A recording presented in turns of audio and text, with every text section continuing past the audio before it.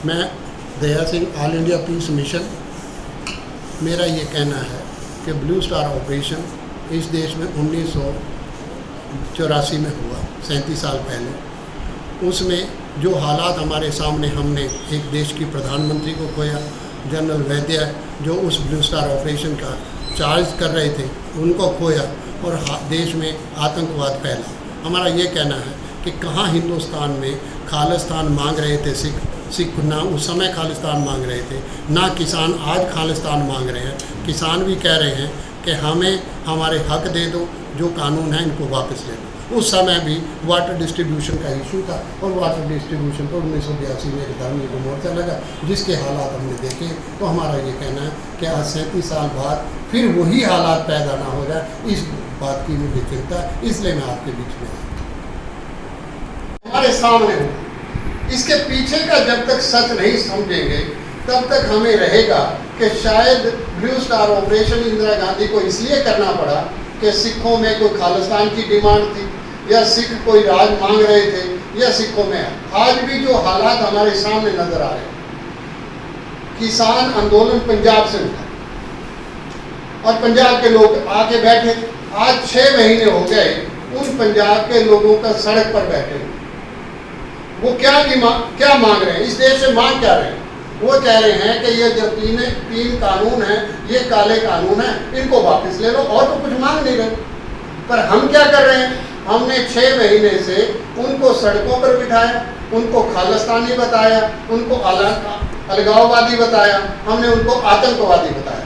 हमने कोई कोर कसर नहीं छोड़ी बदनाम करने।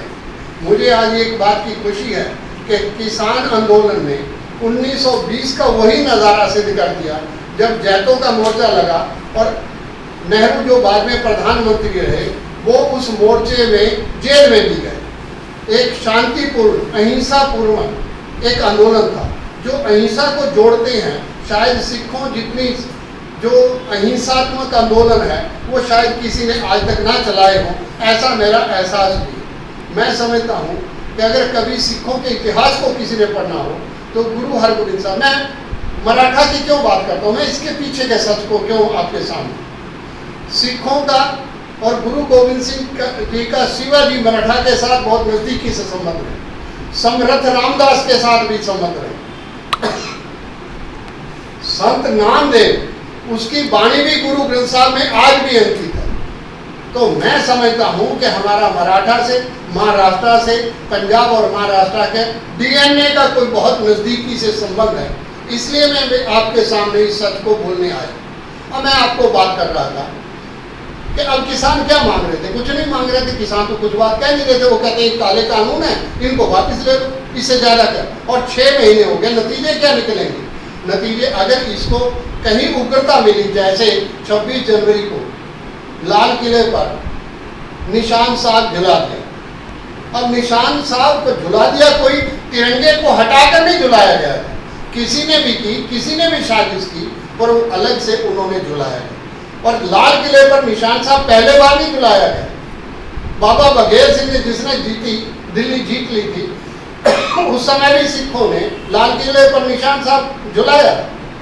निशान साहब के पीछे का सच भी हमें समझना चाहिए कि जो छठे गुरु थे, गुरु हरगोबिंद साहब, जब हिंदू रजवाड़ों से जहांगीर ने यह हुक्म आयद किया कि कोई भी हिंदू राजा तख्त पर नहीं बैठ सकता, शस्त्र धारण नहीं कर सकता, फौज नहीं रख सकता, कलगी नहीं लगा सकता, राजा जैसी वेशभूषा नहीं रख सकता, तो ये सारे रजवाड़े गुरु हरगोबिंद साहब छठे गुरु के पास गए कि महाराज इन्होंने तो हमारा सब कुछ ले लिया।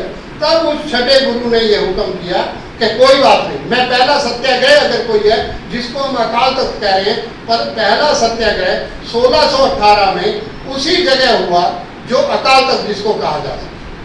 उनको 40 दिन की यहाँ जेल में रहना, ग्वालियर के किले में रहना पड़ा। तो मैं आपको कह रहा था कि जहाँ भी झंडे हैं, हरगोबिंद साहब का जहाँ भी गुरुद्वारा मिलेगा वहाँ 2 झंडे मिलेंगे, एक झंडा नहीं मिलेगा। उसका कारण है 2 शस्त्र मिलेंगे, एक शस्त्र नहीं मिलेगा, मीरी और पीरी का तलवारें मिले। तो मेरा ये कहना है, इसके पीछे के सच को हमें समझना चाहिए कि इसके पीछे का सच क्या है। तो हमें यह भी बात को समझना चाहिए कि जिस हालात में आज देश फंसा है, 1982 में बिल्कुल ऐन जैसे आज किसान आंदोलन है, उसी तरह हरियाणा और पंजाब के बीच में वाटर डिस्ट्रीब्यूशन का झगड़ा था, सतलुज के पानी का झगड़ा था। हरियाणा कह रहा था, क्योंकि रीऑर्गेनाइजेशन हुई पंजाब और हरियाणा में, हरियाणा कह रहा था कि हमें पानी चाहिए और पंजाब कह रहा था कि क्यों पानी हमारा हक है, हमारे सोर्स है, इसलिए हम इसको कैसे बंटवारा करते। उसके ऊपर मोर्चा लगा। 1982 से लेकर 1984 तक के जो हालात हमारे सामने हैं, जिसका नतीजा ब्लू स्टार ऑपरेशन है।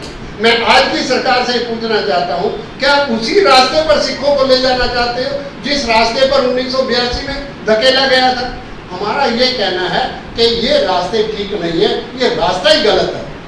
जब किसान शांति से बैठा है, अहिंसक तौर पर बैठा है, कोई हिंसा नहीं फैला रहा, आप उसको उग्र करना चाहते हैं, आप उसको इस हालात में पहुंचाना चाहते हैं। अब मैं दूसरी बात करूं, इस किसान आंदोलन के पीछे एक और भी सच्चाई है। मैं तो समझता हूं कि पूरे राज्यों को आज खड़े होना चाहिए था इस किसान आंदोलन के साथ। वो इसलिए भी खड़ा हो जाना चाहिए था कि किसान आंदोलन अकेला सिखों का आंदोलन नहीं है, केवल पंजाब का आंदोलन नहीं है, कि राज्यों के अधिकार अगर केंद्र अपने हाथ में ले ले और फूड एग्रीकल्चर को फूड स्टफ कह के उसको अपने हाथ में रख ले, जैसे 370 को हटाया, कॉन्स्टिट्यूशन प्रोविजन प्रॉपर नहीं किए गए, ये किसान जो बिल पास किए गए इसमें राज्यों से नहीं पूछा गया। तो हमारा ये कहना है कि राज्यों के अधिकारों को अगर आप छीनोगे तो लोगों में ये एहसास होगा, ये तकलीफ आएगी और उस हालात से आप लोगों को गुजरना पड़ेगा।